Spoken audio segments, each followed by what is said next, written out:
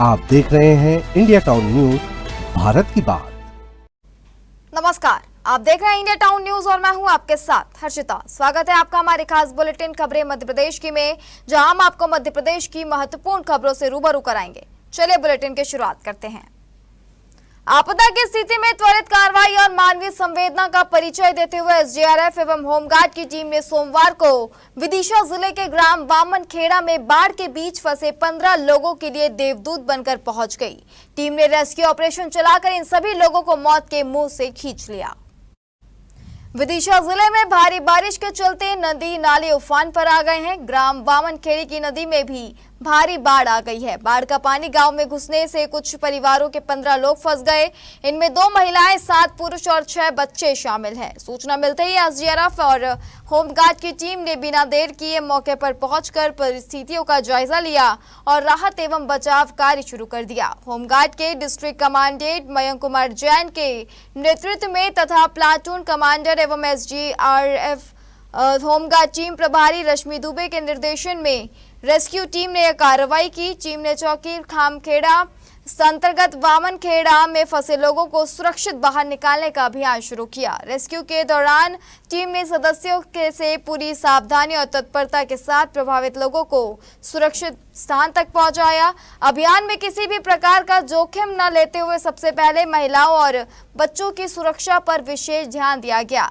Team की मुस्तैदी के चलते कुल 15 लोगों को समय रहते सुरक्षित स्थान पर पहुंचाया गया।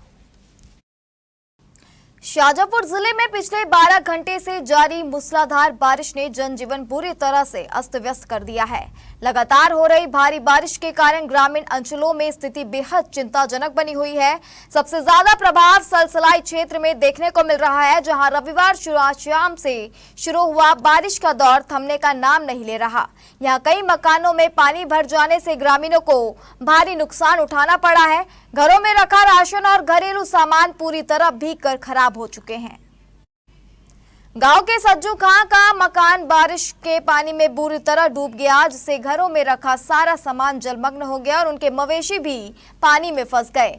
घर के भीतर कमर तक पानी भरा हुआ है। वहीं एहसान खान के मकान में भी पानी घुसने से परिवारों को कठिनाई का सामना करना पड़ रहा है। ग्रामीण इलाकों का जिला मुख्यालय से संपर्क पूरी तरह कट गया है। सलसलाई खरसौदा मार्ग पर स्थित नाला पूरे उफान पर है, जिससे आवागमन पूरी तरह ठप हो गया है। इस उफनते नाले पर सुरक्षा का कोई पुख्ता इंतजाम नहीं किया गया है। स्थानीय निवासियों के अनुसार पूर्व में इस नाले के तेज बहाव में बहने से 2 लोगों की जान जा चुकी है। इसके बावजूद प्रशासन द्वारा न तो कोई बैरिकेडिंग की गई और न ही सुरक्षा के लिए किसी कर्मचारी की तैनाती की गई है, जिससे कभी भी बड़ा हादसा होने का अंदेशा बना हुआ है। क्या परेशानी हो रही है आपको? बीच का है, ऑटो बीच को थोड़ी सब पानी में खड़िया है और यहाँ तमाम सामने इतना पानी में खड़ो है। सिटी रोड की वजह से हो नुकसान, नाले भी बने इनमें वजह। अच्छा, पानी निकासी को लेकर ग्राम पंचायत को अवगत करवाया, क्या बोला ग्राम पंचायत ने? अभी सरपंच का फोन लगवाया तो गिरावट में जाए और अभी कोई पानी निकासी की कोई कुछ नहीं हुआ। देशभक्ति और राष्ट्र प्रेम के रंग में रंगे शाजापुर में भव्य तिरंगा यात्रा का आयोजन किया गया। यात्रा में हजारों की संख्या में लोगों ने उत्साहपूर्वक सहभागिता की। हाथों में तिरंगा लेकर निकले जन सैलाब से शहर का माहौल पूरी तरह देशभक्ति से सराबोर नजर आया। तिरंगा यात्रा में करीब 300 ट्रैक्टर भी शामिल हुए। तिरंगा यात्रा में मुख्य अतिथि करणी सेना परिवार प्रमुख ठाकुर जीवन सिंह शेरपुर रहे। कार्यक्रम में करणी सेना के पदाधिकारी अजीत सिंह खड़ी डोडिया, प्रदीप सिंह मंगलकर, लोकेंद्र सिंह मुंडेरी, नेपाल सिंह चल्दू, अभिषेक राणावत, हुकुमपाल सिंह, चंद्रशेखर सिंह चंदेल, पंकज राज सिंह पुरनी खंडवा, शैलेंद्र सिंह झाला, शिवपाल सिंह, रघुवीर सिंह, रुद्र प्रताप सिंह, यशपाल सिंह, जितेंद्र सिंह विशेष रूप से उपस्थित रहे। तिरंगा यात्रा के दौरान बड़ी संख्या में युवा, महिलाएं और नागरिक हाथों में राष्ट्रीय ध्वज लेकर शामिल हुए। भारत माता की जय, वंदे मातरम और जय हिंद के नारों से पूरा वातावरण गूंज उठा।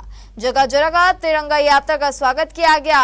हजारों लोगों की मौजूदगी के चलते यात्रा ने भव्य रूप ले लिया। तिरंगा यात्रा शहर में देशभक्ति के उत्साह और राष्ट्रीय एकता की भावना का बड़ा संदेश देती नजर आई।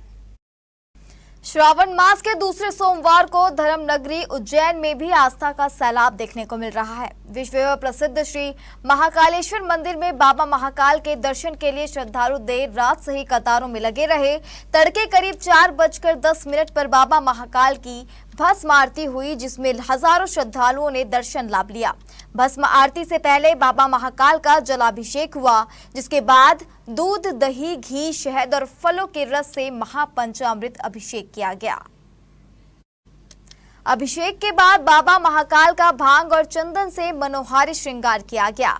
भगवान को नवीन वस्त्र धारण कराए गए और इसके बाद भस्म अर्पित किया गया।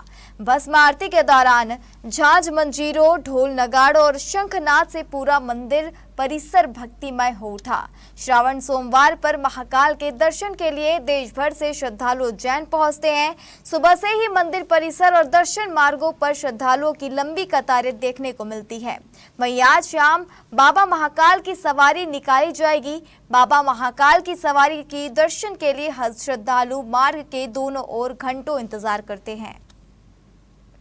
आज श्रावण मास का द्वितीय सोमवार है और आज प्रदोष, सोम प्रदोष भी है, इसलिए आज बड़ा महत्व है। और आज बाबा का दिव्य भस्म आरती का दर्शन लाभ लिया सभी ने। भगवान का 2:30 बजे पट खोले गए, उसके बाद में बाबा का पंचामृत से अभिषेक किया गया, फलों के रसों से अभिषेक किया गया, भगवान को भांग, ड्राई फ्रूट से श्रृंगार किया गया, भगवान को भोग लगाया गया, भगवान की दिव्य आरती की गई। सभी भक्तों ने आरती का लाभ लिया और सभी भक्त यहाँ जो आते हैं बाबा महाकाल सभी की मनोकामना पूर्ण करते हैं।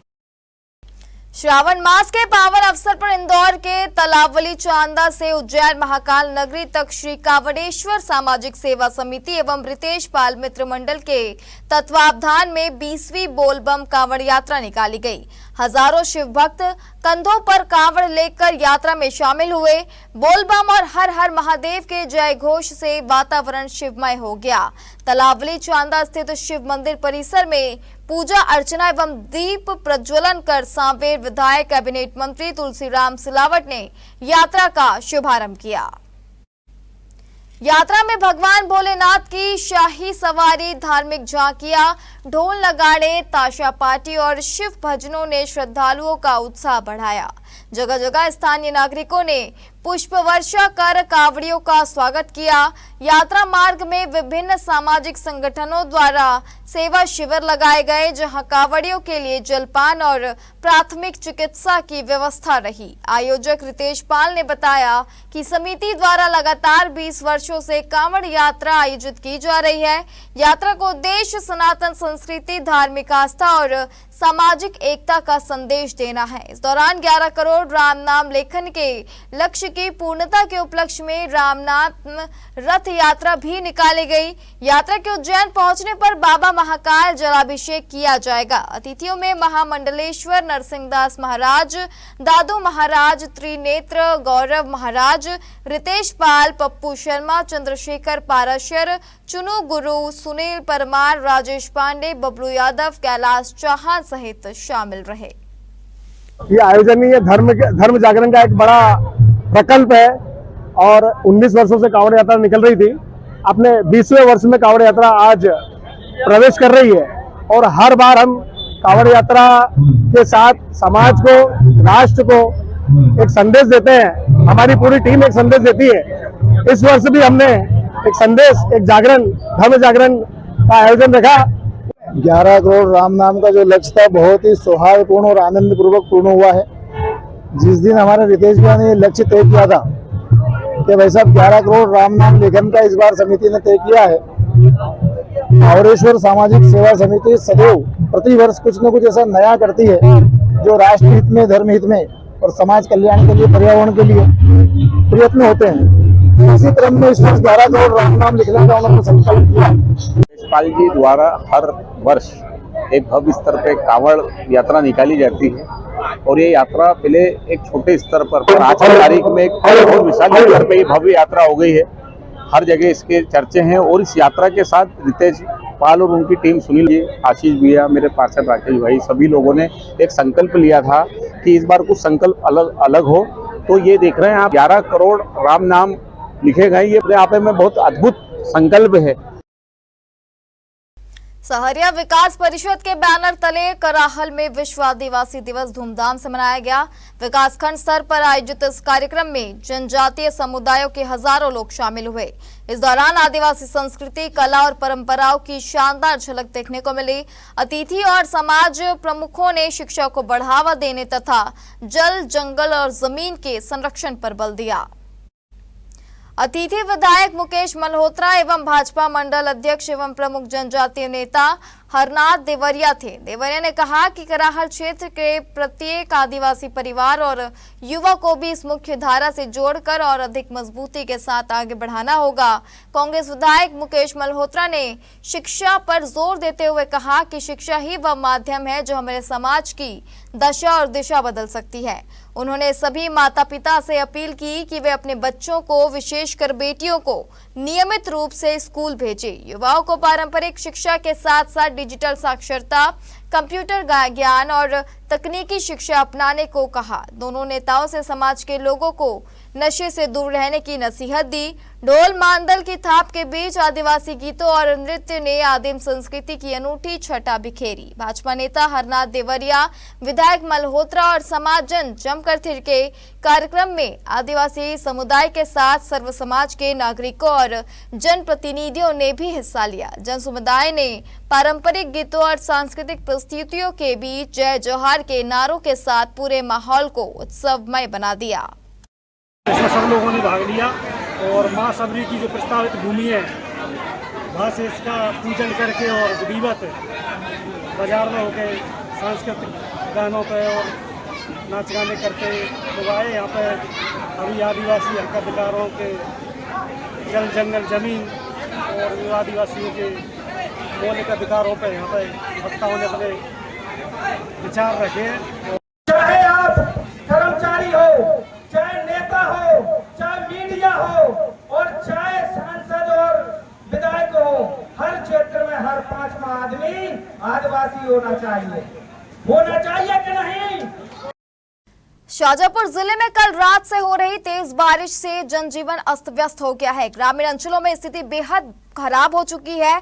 दर्जनों गांव टापू बन गए हैं। चिलर नदी भी उफान पर आ गई है। प्रशासन ने नदी पर बैरिकेड्स लगा दिए हैं। चिलर नदी में जमी जल कुंभी को जेसीबी से निकाला जा रहा है। वहीं शाजापुर जिले के खोखरा कला गांव की मुख्य सड़क पर कमर तक पानी बह रहा है। यहां मेन बाजार के दुकानदारों सतर्क रहने को कहा गया है।